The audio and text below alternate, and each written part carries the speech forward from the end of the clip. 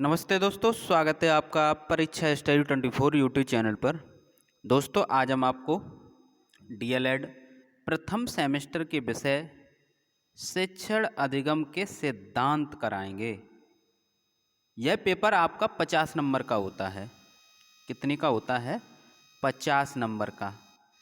40 question आपको करने होते हैं। कितने? 2 घंटे में, 2 आवर्स में। तो ये आप ध्यान रखें। समझते हैं दोस्तों, आज हम आपको शिक्षण का अर्थ, उद्देश्य, संप्रेषण, शिक्षण के सिद्धांत, ये टॉपिक कंप्लीट कराएंगे। हमारे पढ़ाने का तरीका ये रहता है कि आपको प्रत्येक टॉपिक को अच्छे से समझा दिया जाए, प्रत्येक टॉपिक का अर्थ बता दिया जाए अपनी भाषा में, जिससे आप लिख सकें। क्योंकि जब आपके एक दिन में 3 पेपर होंगे तो आपको रिवाइज का टाइम नहीं मिलेगा। तो आप यदि पॉइंट टू पॉइंट पढ़ रहे हैं तभी 40 प्रश्न कर सकते हैं, नहीं तो आप नहीं कर सकते हैं। आपको ये पता होना चाहिए, जैसे ये लिखा है शिक्षण,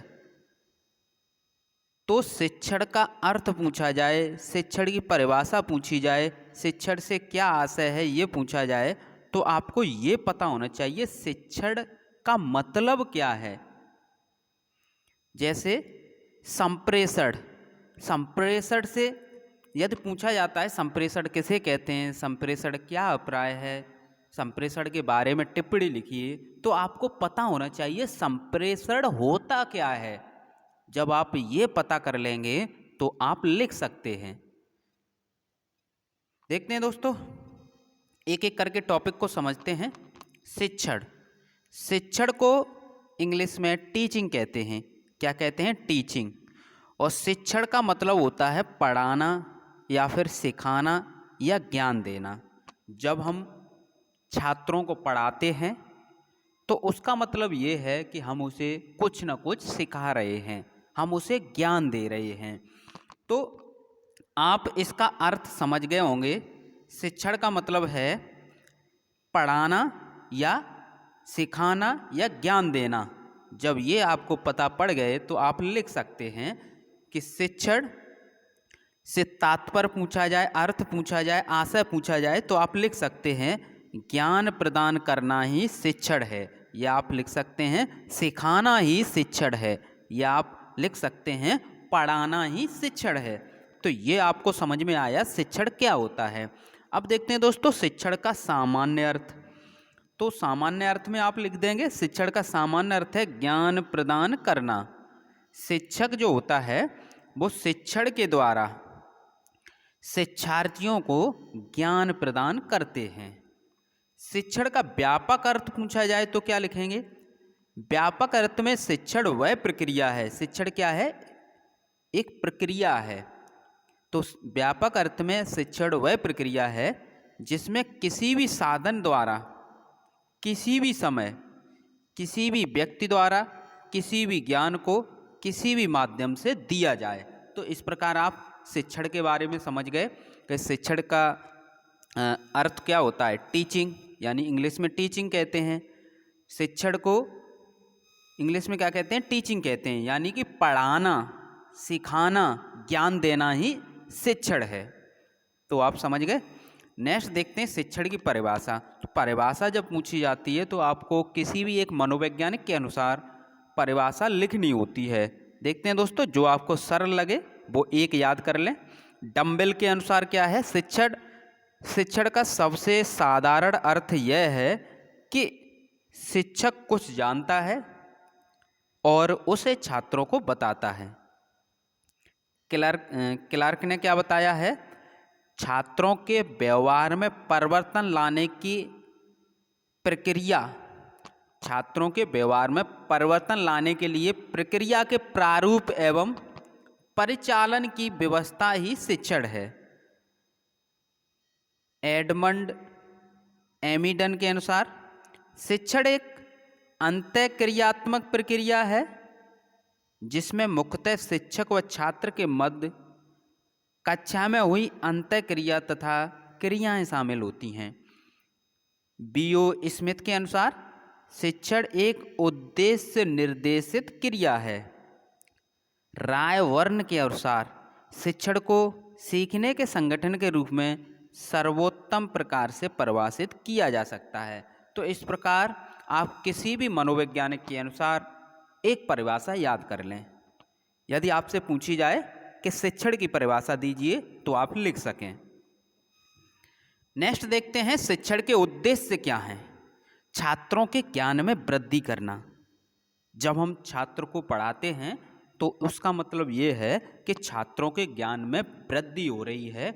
हमारा ये पर्पज रहता है कि छात्रों के ज्ञान में वृद्धि करना, छात्रों के कौशल में वृद्धि करना, छात्रों की मानसिक शक्ति का विकास करना, छात्रों की सृजनात्मक शक्ति का विकास करना, क्रियाशीलता का विकास करना, सूचना प्रदान करना, मार्ग प्रदर्शन करना, छात्रों को वार्तालाप से अनुकूलन करने के सहायता करना, छात्रों को उपयोगी ज्ञान प्रदान करना, छात्रों के चरित्र गुणों का विकास करना। तो ये सभी आपके हैं शिक्षण के उद्देश्य। तो इसके अंतर्गत आप लिख सकते हैं। नेक्स्ट है आपके शिक्षण की विशेषताएं। तो शिक्षण की क्या विशेषताएं हैं? छात्रों के ज्ञान में वृद्धि होती है, छात्रों के कौशल में वृद्धि होती है, मानसिक शक्ति का विकास होता है, सृजनात्मक शक्ति का विकास होता है, क्रियाशीलता का विकास होता है, छात्रों को सूचना प्रदान होती है, छात्रों का मार्ग प्रदर्शन होता है, यानी मार्गदर्शन होता है, छात्रों को वातावरण से अनुकूलन करने में सहायता होती है। तो ये सभी आप पॉइंट लिख सकते हैं शिक्षण की विशेषताएं में। नेक्स्ट देखते हैं, प्रश्न देखते हैं दोस्तों, शिक्षण को त्रिमुखी प्रक्रिया क्यों कहा जाता है?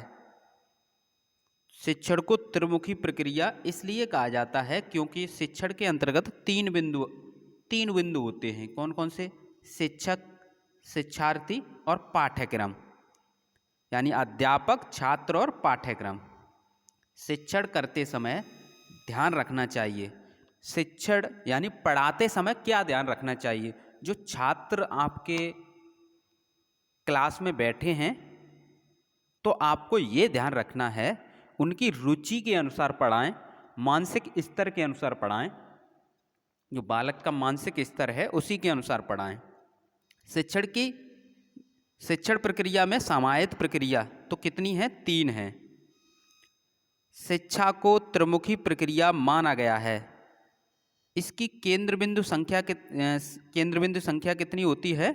3 होती है। ये प्रश्न आपके पेपर में आए हुए सभी प्रश्न हैं। वर्तमान में शिक्षा का केंद्र बिंदु क्या है? बालक। बुनियादी अथवा बेसिक शिक्षा के जनक का नाम लिखिए, तो ये है महात्मा गांधी। शिक्षण की गति आधारित होनी चाहिए छात्रों के सीखने की गति पर। तो इस प्रकार ये प्रश्न सभी आपके पेपर में आए हुए ये प्रश्न हैं।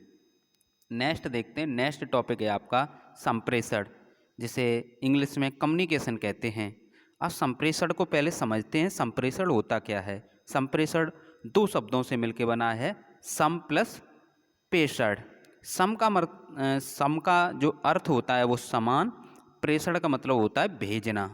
तो इस प्रकार संप्रेषण का अर्थ क्या होगा? संप्रेषण 2 शब्दों से मिलकर बना है, सम प्लस प्रेषण, यानी सम का अर्थ है समान तथा प्रेषण का अर्थ है भेजना।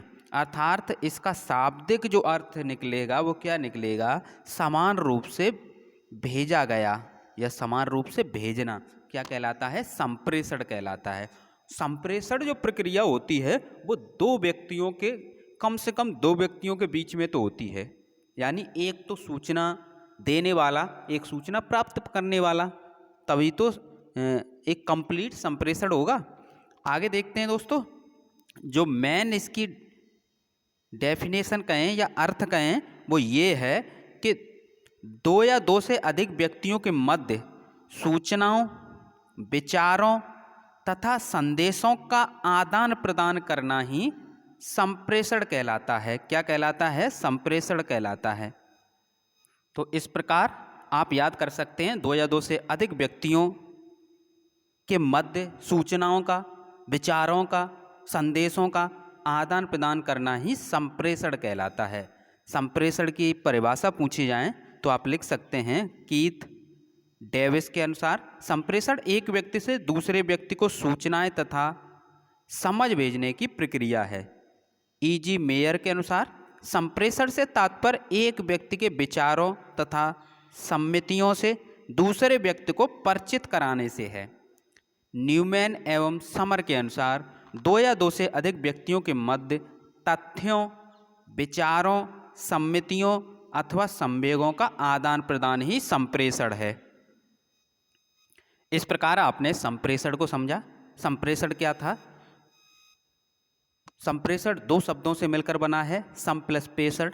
सम का अर्थ है समान तथा प्रेषण का अर्थ है भेजना, अर्थात इसका शाब्दिक जो अर्थ निकलेगा वो ये निकलेगा समान रूप से भेजा गया या समान रूप से भेजना। या फिर इसको आप लिख सकते हैं दो या दो से अधिक व्यक्तियों के मध्य सूचनाओं, विचारों तथा संदेशों का आदान प्रदान करना ही संप्रेषण है। आप इसे याद कर लें। परिभाषा हमने आपको बताई थी। नेक्स्ट देखते हैं दोस्तों, संप्रेषण में क्या होता है। एक तो संदेश भेजने वाले होता है, जो संदेश भेजने वाले को सेंडर कहते हैं, और एक होता है संदेश को ग्रहण करने वाला यानी ग्राही या रिसीवर। संदेश भेजने वाला और संदेश प्राप्त करने वाला। संदेश भेजने वाला यानी शिक्षक आपको पढ़ा रहा है और आपने उस टॉपिक को ग्रहण किया है तो आप रिसीवर हो गए और शिक्षक क्या हुआ? सेंडर। संप्रेषण की प्रक्रिया दुपक्षीय होती है। ये प्रश्न पूछा गया है। प्रभावशाली संप्रेषण में शिक्षक और शिक्षार्थी की भागीदारी होती है। ये भी प्रश्न पूछा गया है। संप्रेषण की विशेषताएं या महत्व में आप लिख सकते हैं सूचनाओं का आदान प्रदान करना। यदि आपको कोई सूचना दूसरे तक पहुंचानी है, पहले चिट्ठी के माध्यम से सूचनाएं पहुंचाई जाती थी, अब आप SMS करते हैं, व्हाट्सएप मैसेज करते हैं, एक ही बात है। नेक्स्ट है पारस्परिक संबंध स्थापित होता है। जब आप अपने रिश्तेदारों में कोई भी शादी का या और भी कोई इनविटेशन देते हैं तो उससे क्या होता है? पारस्परिक संबंध स्थापित होता है, विचारों का आदान प्रदान होता है। इसमें दोनों पक्ष क्रियाशील रहते हैं। यह दुवाही प्रक्रिया अर्थात जिसमें दो पक्ष होते हैं, एक संदेश देने वाला और दूसरा संदेश ग्रहण करने वाला। इसमें मनोवैज्ञानिक सामाजिक पक्ष समावेशित होते हैं। तो इस प्रकार आप लिख सकते हैं जो आपने परिभाषा में जो पढ़ा है, जो अर्थ में पढ़ा है, उसे ही सब मिलाकर पॉइंट बनाकर आप विशेषताएं और महत्व ये सभी जो पूछे जाते हैं उनमें लिख सकते हैं। संप्रेषण की आवश्यकता। संप्रेषण की क्यों आवश्यकता पड़ी? सूचनाओं के आदान प्रदान के लिए, पारस्परिक संबंध स्थापित करने के लिए, विचारों के आदान प्रदान करने के लिए, संदेशों के आदान प्रदान करने के लिए। नेक्स्ट देखते हैं दोस्तों, संप्रेषण के घटक या फिर पूछे जाएं कारक या पूछे जाएं तत्व। प्रमुख घटक तीन होते हैं। प्रमुख, अगर आपसे पूछे जाएं कि संप्रेषण के प्रमुख घटक लिखिए तो आप लिखेंगे तीन। कौन से? प्रेषक, संदेश और प्राप्तकर्ता, सेंडर, मैसेज और रिसीवर। लेकिन और भी होते हैं। कौन कौन से होते हैं? प्रेषक, संदेश, माध्यम, ग्राही, प्रतिपुष्टि। अब एक एक करके इनको समझते हैं, ठीक है। प्रेषक यानी सेंडर, संदेश भेजने वाला, या इसे संदेश स्रोत कहेंगे। संदेश यानी मैसेज, सूचनाओं का संग्रह, यानी शब्दों, चित्रों या संकेतों के रूप में। हम जब चिट्ठी लिखी जाती थी तो उसमें क्या है? शब्दों के, चित्रों के माध्यम से सूचनाएं लिखते थे, वही है कूट संकेतन, या जिसे एनकोडिंग कहते हैं। यानी प्रेषक अपने विचारों को शब्दों, चित्रों, प्रतीकों, संकेतों में अभिव्यक्त करता है। यानी अभिव्यक्त के लिए संकेतों या प्रतीकों का प्रयोग क्या कहलाता है? कूट संकेतन यानी एनकोडिंग। माध्यम वह साधन जिसके द्वारा कोई संदेश प्रेषक से संदेश प्राप्त करने वाले तक पहुंचता है, तो वो क्या होता है, एक माध्यम होता है। अकूटन वाचन यानी डिकोडिंग, प्राप्त संकेतों या प्रतीकों का अर्थ ग्रहण कर संदेश प्राप्त करना, ये क्या कहलाता है, डिकोडिंग। प्राप्तकर्ता जिसे प्रापक भी कहते हैं या ग्राही भी कहते हैं, इंग्लिश में रिसीवर कहते हैं, संदेश प्राप्त करने वाला। और अंतिम जो स्टेप होता है प्रतिपुष्टि या पृष्ठपोषण या फीडबैक कहते हैं। फीडबैक बहुत ज़रूरी होता है, इससे ये पता चल जाता है कि संदेश प्राप्त हुआ या नहीं हुआ। इसके द्वारा संप्रेषण की प्रभावशीलता की जांच होती है या इसमें प्रेषक को अवगत कराया जाता है कि संदेश प्राप्त हो गया है। तो इस प्रकार आपने संप्रेषण के घटक देखे। यदि आपसे मुख्य घटक पूछे जाएं तो यही हैं प्रेषक, संदेश और प्राप्तकर्ता, या प्रेषक, माध्यम या प्राप्तकर्ता, ये आप लिख सकते हैं। नेक्स्ट देखते हैं दोस्तों संप्रेषण के प्रकार। तो संप्रेषण के दो प्रकार होते हैं, कौन कौन से, शाब्दिक और अशाब्दिक। कौन कौन से, शाब्दिक और अशाब्दिक। शाब्दिक में क्या होता है, शब्दों के माध्यम से, शब्दों के माध्यम से अपने विचारों को, संदेशों को दूसरे व्यक्ति से दूसरे व्यक्ति तक पहुंचाया जाता है शब्दों के माध्यम से। इसमें मौखिक संप्रेषण होता है जो मुख से बोलकर, और लिखित होता है लिखकर। अशाब्दिक संप्रेषण क्या होता है, इसमें शब्दों के माध्यम से नहीं, संकेतों के माध्यम से। ध्वनि संकेत हो सकते हैं, दृष्टि संकेत हो सकते हैं, स्पर्श संकेत हो सकते हैं, गंध संकेत हो सकते हैं, स्वाद संकेत हो सकते हैं। तो इस प्रकार आपने देखा कि जो आपका संप्रेषण है वो दो प्रकार से होता है, शाब्दिक, अशाब्दिक। शाब्दिक में मौखिक, लिखित हैं, अशाब्दिक में आपके ध्वनि, दृष्टि, स्पर्श, गंध और स्वाद हैं। इस प्रकार ये संप्रेषण के प्रकार आपके थे। नेक्स्ट देखते हैं संप्रेषण।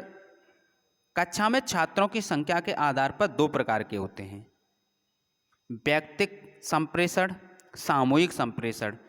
जब संप्रेषण एक बालक से किया जाए तो व्यक्तिक संप्रेषण होगा, जब समूह में किया जाए तो सामूहिक संप्रेषण होगा। देखते हैं एक एक करके। जब शिक्षक, व्यक्तिक संप्रेषण में देखते हैं, जब शिक्षक एक बालक को शिक्षा देता है उसे व्यक्तिक संप्रेषण कहते हैं। अर्थात कक्षा के प्रत्येक बालक को अलग अलग शिक्षा देना क्या कहलाता है, व्यक्तिक संप्रेषण कहलाता है। व्यक्तिक संप्रेषण के उद्देश्य क्या हैं, छात्रों के मानसिक स्तर के अनुसार शिक्षा देना, छात्रों की रुचियों के अनुसार शिक्षा देना, छात्रों के पूर्व ज्ञान को नए ज्ञान से जोड़ते हुए शिक्षा देना, व्यक्तित्व का विकास करना, छात्रों की आवश्यकताओं के अनुसार शिक्षा देना। नेक्स्ट है व्यक्तिक संप्रेषण के लाभ या फिर विशेषताएं पूछी जाएं या गुण पूछे जाएं तो आप लिखेंगे बालक क्रियाशील रहता है, क्योंकि प्रत्येक बालक को शिक्षक पढ़ा रहा है तो बालक तो वैसे ही क्रियाशील रहेगा। बालकों की रुचियों के अनुसार शिक्षा मिलती है, बालकों की आवश्यकताओं के अनुसार शिक्षा मिलती है, बालकों के पूर्व ज्ञान के अनुसार शिक्षा मिलती है, बालकों के मानसिक स्तर के अनुसार शिक्षा मिलती है। तो इस प्रकार ये पॉइंट आप लिख सकते हैं। नेक्स्ट है व्यक्तिक संप्रेषण के दोष क्या हैं, ये पूछे जाते हैं आपके पेपर में। इससे बालकों में सामाजिक गुण उत्पन्न नहीं किए जा सकते, इससे बालकों में सहयोग की भावना उत्पन्न नहीं होती है, यह विधि है या जो मेथड है यह अव्यवहारिक है, यह विधि व्ययपूर्ण यानी इसमें अधिक खर्च होता है, यह विधि में यानी इस विधि में क्या होता है, समय भी अधिक नष्ट होता है, क्योंकि शिक्षक प्रत्येक छात्र को अलग अलग समझाएगा, अलग अलग पढ़ाएगा तो समय तो नष्ट होगा ही। सामूहिक संप्रेषण यानी समूह में जो शिक्षा दी जाए, जब शिक्षक समूह में शिक्षा देता है उसे सामूहिक संप्रेषण कहते हैं। अर्थात कक्षा के सभी बालकों को एक साथ शिक्षा देना, एक साथ पढ़ाना सामूहिक संप्रेषण के अंतर्गत आता है। सामूहिक संप्रेषण के गुण, विशेषताएं या लाभ पूछे जाएं तो आप लिखेंगे इसमें बालकों में सामाजिक गुणों का विकास होता है, क्योंकि बालक एक साथ बैठकर पढ़ते हैं एक दूसरे की सहायता करते हैं। इसमें बालकों में सहयोग की भावना का विकास होता है। यह विधि व्यवहारिक है। इस विधि में कम समय लगता है, कम खर्च आता है, यानी कम व्यय होता है। इस विधि में नेतृत्व की भावना का विकास होता है। नेक्स्ट है, इस विधि के दोष क्या हैं? यह विधि बाल केंद्रित नहीं होती है।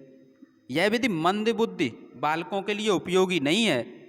इस विधि में बालक क्रियाशील नहीं रहते हैं। क्योंकि समूह में शिक्षा दी जा रही है, तो हो सकता है पीछे बैठने वाला, क्लास में पीछे बैठने वाला कोई सो रहा हो। इस विधि में बालक क्रियाशील नहीं रहते हैं। इससे बालकों के मानसिक स्तर के अनुसार शिक्षा नहीं दी जाती है, कॉमन शिक्षा दी जाती है। इसमें बालकों की रुचियों को ध्यान में नहीं रखा जाता है।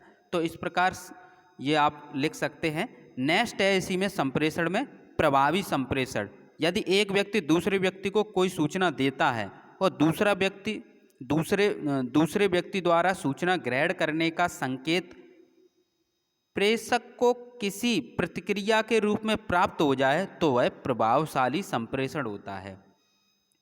प्रभावी संप्रेषण के तरीके क्या हैं? जो प्रभावी संप्रेषण है उसके तरीके क्या हैं? उद्देश्यपूर्ण, बाल केंद्रित, पूर्व ज्ञान से संबंधित सहायक सामग्री का समुचित उपयोग, आत्मविश्वास की जागृति, सुनियोजित सक्रिय अध्यापन, स्वतंत्र वातावरण। नेक्स्ट टॉपिक है आपका इसी में संप्रेषण संबंधी प्रमुख बाधाएं या रुकावटें। क्या क्या रुकावटें आ जाती हैं? तो रुचि का अभाव। यदि छात्र को रुचि नहीं है सीखने में, तो आप कितना भी सिखाते रहें वह नहीं सीख पाएगा। संप्रेषण माध्यम की कमी, संप्रेषण सामग्री की कमी, भाषा की कमी, वातावरण संबंधी कमियां। तो ये संप्रेषण संबंधी प्रमुख बाधाएं या रुकावट हैं। संप्रेषण को प्रभावित करने वाले कारक या फिर तत्व या बाधक तत्व, तो प्रेषक, संदेश, माध्यम और ग्राही, ये आप लिख सकते हैं। इस प्रकार आपने शिक्षण का अर्थ, उद्देश्य, ये टॉपिक कंप्लीट किया। इसके बाद संप्रेषण का कंप्लीट टॉपिक करा दिया हमने। नेक्स्ट टॉपिक शिक्षण के सिद्धांत, एक एक करके सीखते हैं। करके सीखने का सिद्धांत, रुचि का सिद्धांत, नियोजन का सिद्धांत, एक एक करके समझते हैं ये क्या होते हैं। शिक्षण के सिद्धांत, शिक्षण यानी सिखाने के सिद्धांत, शिक्षण के सिद्धांत यानी कि सिखाने के सिद्धांत समझते हैं दोस्तों। शिक्षण सिद्धांत सिखाने की प्रक्रिया है। शिक्षण सिद्धांत क्या है? ये सिखाने की प्रक्रिया है। किसी विषय वस्तु को पढ़ाने की प्रक्रिया कि हम किस सिद्धांत से बच्चों को पढ़ा सकते हैं। पहला है क्रियाशीलता का सिद्धांत। ये आपके पेपर में पूछा जाएगा, क्रियाशीलता का सिद्धांत किसे कहते हैं? इसे ही करके सीखने का सिद्धांत कहते हैं। इसमें क्या लिखेंगे आप? बालक स्वयं की क्रिया द्वारा सीखता है तो उसे क्रियाशीलता या करके सीखने का सिद्धांत कहते हैं। जब बालक या छात्र स्वयं करके सीखेगा या स्वयं करके ज्ञान प्राप्त करेगा, तो वह क्रियाशीलता का सिद्धांत कहलाता है। नेक्स्ट देखते हैं अभिप्रेरणा का सिद्धांत या प्रेरणा का सिद्धांत भी इसे कहते हैं। प्रेरणा सीखने में रुचि को उत्पन्न करती है। जो प्रेरणा है यानी मोटिवेशन, सीखने में रुचि को उत्पन्न करती है। अतः बालक को सीखने के लिए प्रेरित करना चाहिए। प्रेरणा के द्वारा बालकों में किसी विषय वस्तु के प्रति रुचि उत्पन्न होती है। यदि किसी विषय वस्तु के प्रति छात्र में रुचि उत्पन्न हो जाएगी, तो वह सीखने के लिए तत्पर रहेगा। तो इस प्रकार आपने क्रियाशीलता का सिद्धांत देखा और अभिप्रेरणा का सिद्धांत देखा। अभिप्रेरणा है, मोटिवेशन है, वो छात्र में रुचि उत्पन्न करती है। रुचि का सिद्धांत, रुचि का संबंध ध्यान से होता है। यदि आपको रुचि है पढ़ने में या किसी भी टॉपिक में या किसी भी सब्जेक्ट में, तो आपका ध्यान उसी टॉपिक पर रहेगा। तो रुचि का संबंध ध्यान से होता है। बालक की जिस विषय वस्तु में रुचि होती है उसे वह सरलता से सीख जाता है। अतः बालक में कार्य या विषय वस्तु के प्रति रुचि उत्पन्न करनी चाहिए। तो इस प्रकार आपने 3 सिद्धांत देखे क्रियाशीलता का सिद्धांत, जैसे करके सीखने का सिद्धांत कहते हैं। नेक्स्ट था प्रेरणा का सिद्धांत और तीसरा था रुचि का सिद्धांत। एक एक करके समझते रहें ये है क्या और आपको लिखना क्या है। निश्चित उद्देश्य का सिद्धांत, यदि छात्र को ये पता पड़ जाए कि इसका निश्चित उद्देश्य क्या है तो वह उस विषय वस्तु को जरूर पढ़ेगा। जैसे आप पढ़ रहे हैं, आपको उद्देश्य पता है कि डीएलएड करने के बाद आप भविष्य में टीचर बनेंगे। इसी प्रकार इसमें निश्चित उद्देश्य बालकों में रुचि उत्पन्न करती है, अतः बालकों को विषय वस्तु का उद्देश्य बताना चाहिए। उद्देश्य से रुचि उत्पन्न होती है और रुचि से ध्यान केंद्रित होता है। तो जितने भी जो सिद्धांत हैं वो एक दूसरे से संबंधित थे। नेक्स्ट देखते हैं दोस्तों, नियोजन का सिद्धांत। इस सिद्धांत के अनुसार किसी विषय वस्तु को पढ़ाने से पहले योजना बनानी चाहिए कि किस विधि से पढ़ाना है, किस प्रकार पढ़ाना है। अतः छात्र योजना बनाकर पढ़ेगा तो विषय वस्तु सरल लगेगी। तो इस प्रकार ये नियोजन का सिद्धांत था कि योजना बनाकर पढ़ना चाहिए। नेक्स्ट है आपका चयन का सिद्धांत। देखते हैं दोस्तों, चयन का सिद्धांत बालकों की मानसिक योग्यता के अनुसार विषय वस्तु की उपयोगिता या विषय वस्तु की उपयोगी तथ्यों का चयन करना चाहिए।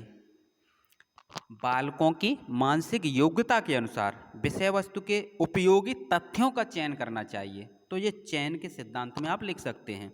नेक्स्ट है व्यक्तिक भिन्नताओं का सिद्धांत, यानी बालकों में व्यक्तिक भिन्नताएं होती हैं, अतः बालक के मानसिक स्तर, रुचि आदि भिन्नताओं को ध्यान में रखकर पढ़ाना चाहिए। तो आप ये व्यक्तिक भिन्नता के अंतर्गत ये आप लिख सकते हैं। अपनी भाषा में लिखना है, जरूरी नहीं जो हमने लाइन लिखाई हैं वो सभी लाइनें आप लिख सकते हैं। अपने भाषा में लिखेंगे, क्योंकि आप एग्ज़ाम देंगे तो एग्जामिनर को भी पता है कि आप टीचर बनेंगे। तो ज़रूरी नहीं है कि आप किताब की भाषा लिखें या हमारी भाषा लिखें, आप समझते रहें। नेक्स्ट देखते हैं दोस्तों, लोकतंत्रीय व्यवहार का सिद्धांत। इसमें क्या लिखेंगे, शिक्षण को प्रभावपूर्ण बनाने के लिए कक्षा में लोकतंत्रीय वातावरण होना चाहिए। लोकतंत्रीय वातावरण यानी बालक को प्रश्न पूछने, अपने विचारों को व्यक्त करने की पूर्ण स्वतंत्रता होनी चाहिए। जीवन से संबंध स्थापित करने का सिद्धांत देखते हैं दोस्तों। इसमें क्या लिखना है, बालकों को सिखाए जाने वाले विषय वस्तु का संबंध उसके जीवन के अनुभवों से होना चाहिए। बालक को जो सिखाया जा रहा है उसका संबंध बालक के जीवन से होना चाहिए। नेक्स्ट है आपका आवृत्ति का सिद्धांत।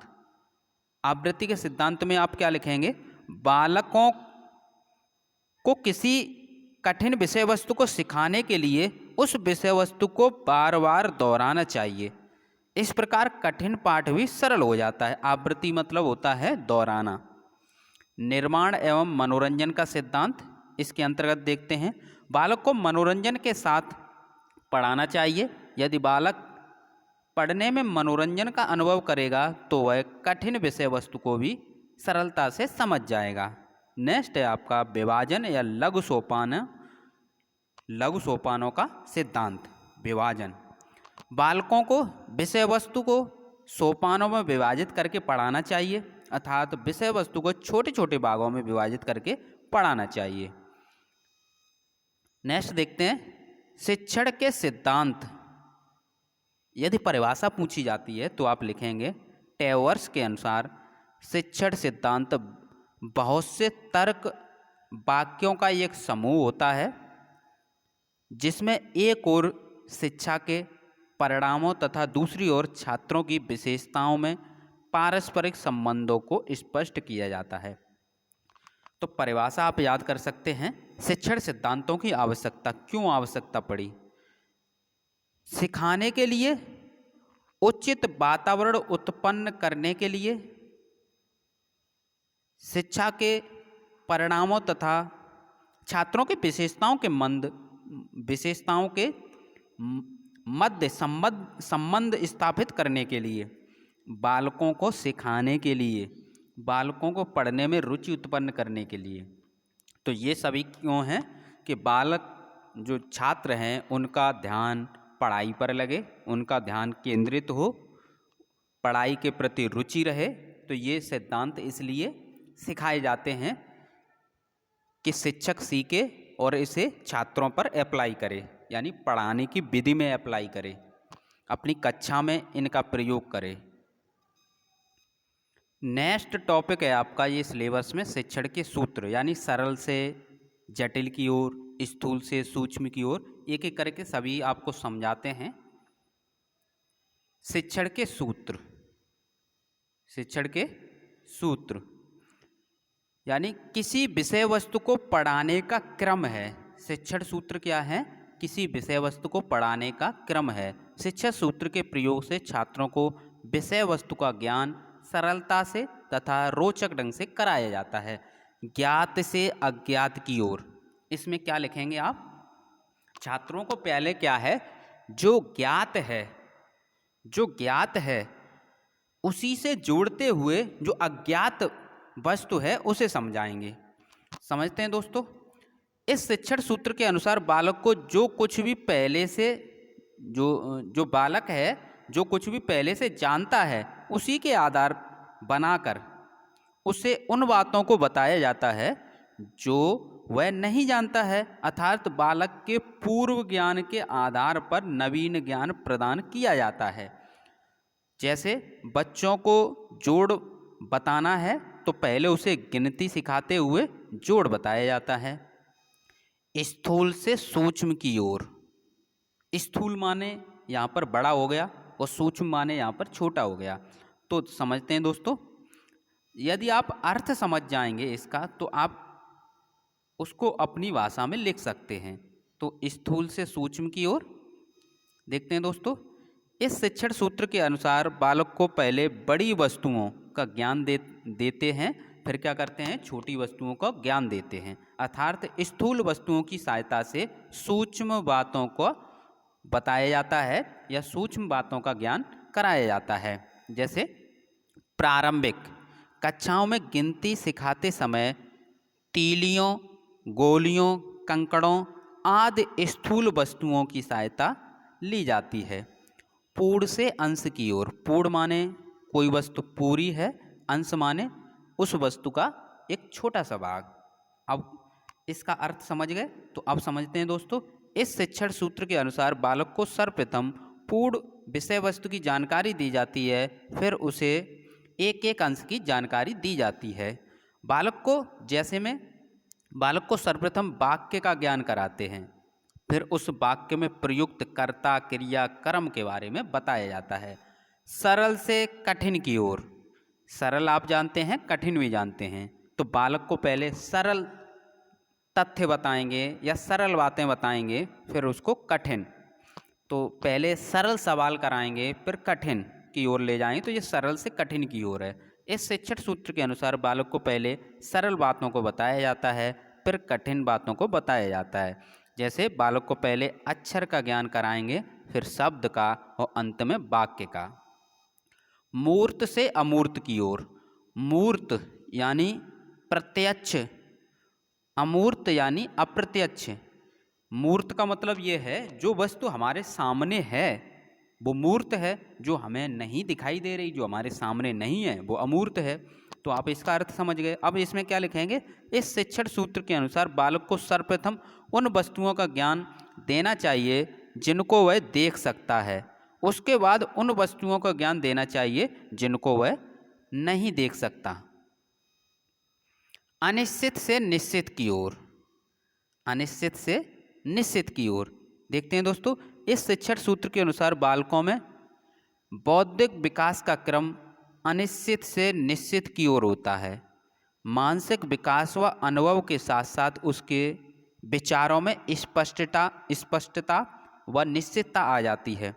जैसे प्रारंभ में बच्चे विभिन्न प्रकार के पक्षियों को एक ही नाम से पुकारते हैं, धीरे धीरे उनका यह ज्ञान निश्चित हो जाता है और वह पक्षियों को अलग अलग नामों से पुकारने लगते हैं। तो ये कौन सा आपका सूत्र था? अनिश्चित से निश्चित की ओर। नेक्स्ट है विशिष्ट से सामान्य की ओर, या जिसे उदाहरण से सिद्धांत की ओर भी कहते हैं, किसी भी प्रकार से पूछा जा सकता है। इस शिक्षण सूत्र के अनुसार बालकों के सम्मुख सर्वप्रथम उदाहरण प्रस्तुत किए जाते हैं और उनके आधार पर सामान्य सिद्धांत निकालने के लिए प्रोत्साहित किया जाता है। जैसे छात्रों को विशेषण के विषय में बताने के लिए सर्वप्रथम छात्रों के सामने उदाहरण के रूप में कुछ वाक्य प्रस्तुत किए जाते हैं जिनमें विशेषण का प्रयोग हुआ हो। फिर इन वाक्यों के बारे में विचार करेंगे और विशेषण के बारे में बताएंगे। तो आपको क्या करना है, ये जो भी सूत्र हैं उसका पहले आपको अर्थ पता होना चाहिए कि ये शब्द दिए गए उन शब्द का मतलब क्या है। विश्लेषण से संश्लेषण की ओर। इस शिक्षण सूत्र के अनुसार बालकों को खंडों में विभाजित करके विषय वस्तु की जानकारी दी जाती है, फिर उन खंडों को जोड़ते हुए समझाया जाता है। विश्लेषण यानी उसका टुकड़ों में विभाजित करना, संश्लेषण यानी टुकड़ों को जोड़ना। जैसे छात्रों के त्रिभुज के तीनों कोणों को नपवाएंगे, फिर छात्र तीनों कोणों का योग करके यह निष्कर्ष पर पहुंचेंगे कि तीनों कोणों का योग 180 होता है। इस प्रकार तीनों कोणों को अलग अलग नापना विश्लेषण तथा तीनों कोणों को जोड़कर मान प्राप्त करना संश्लेषण है। तो आप समझ गए विश्लेषण का मतलब और संश्लेषण का मतलब। मनोवैज्ञानिक से तर्क संगत की ओर। तो इस सूत्र के अनुसार बालकों को सर्वप्रथम उनकी रुचि, आयु, मानसिक स्तर के अनुसार विषय वस्तु की जानकारी दी जाती है। उसके बाद तर्कपूर्ण ढंग से समझाया जाता है। नेक्स्ट है आपका अनुभव से यानी युक्ति युक्त या फिर तर्कपूर्ण की ओर। इस शिक्षण सूत्र के अनुसार बालकों को सर्वप्रथम उनके अनुभवों के आधार पर विषय वस्तु को समझाया जाता है। उसके बाद तर्कपूर्ण ढंग से समझाया जाता है। तो अनुभव से तर्कपूर्ण की ओर। तो जो भी आपके सूत्र हैं वही आपको अंदर लिखना है उसी के बारे में। प्रकृति के अनुसरण। इस शिक्षण सूत्र के अनुसार बालकों को प्रकृति का अनुसरण करते हुए विषय वस्तु को समझाया जाता है। बालक प्रकृति से जुड़ा होता है, अतः बालक विषय वस्तु सरलता से समझ जाएगा यदि उसे प्रकृति का अनुसरण कराते हुए समझाएंगे। शिक्षण सूत्र का महत्व, उपयोगिता या लाभ पूछे जाएं तो आप लिखेंगे इससे बालकों के विषय वस्तु का ज्ञान सरल हो जाता है। इससे क्या होता है, बालकों को विषय वस्तु का जो ज्ञान है वो सरल हो जाता है। विषय वस्तु को पढ़ाने के क्रम का ज्ञान प्राप्त होता है। इससे बालक सक्रिय रहते हैं। इससे बालकों को स्थायी ज्ञान प्राप्त होता है। इससे बालकों को कठिन विषय वस्तु सरलता से समझ आ जाती है। इससे बालकों में रुचि उत्पन्न होती है। इससे बालकों में रुचि तथा मानसिक स्तर के अनुसार पढ़ाया जाता है। तो ये अपनी तरफ से भी कुछ पॉइंट आप जोड़ के लिख सकते हैं। तो इस प्रकार आपने ये टॉपिक कंप्लीट किया। तो ये थी आपकी शिक्षण अधिगम के सिद्धांत जो विषय आपका है, और हम आपको सिलेबस के अनुसार करा रहे हैं। किसके अनुसार करा रहे हैं? सिलेबस के अनुसार।